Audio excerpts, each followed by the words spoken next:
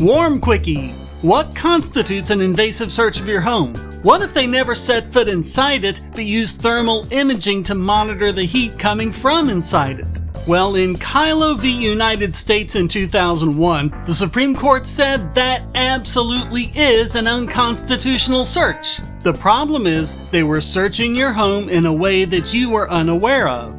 It's all about reasonable expectation of privacy. The government tried to claim that thermal imaging wasn't an invasion of privacy because it couldn't reveal any details about what was in the home.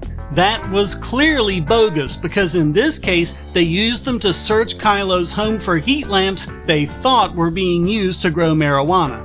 They also basically argued that since someone could just feel heat or observe things like snow melting, thermal imaging was no different. The Supreme Court ruled that this does indeed constitute a search under the Fourth Amendment and therefore can only be done with a warrant.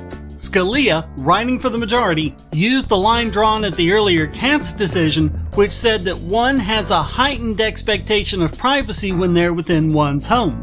And it didn't matter that the technology didn't exist when the Fourth Amendment was ratified.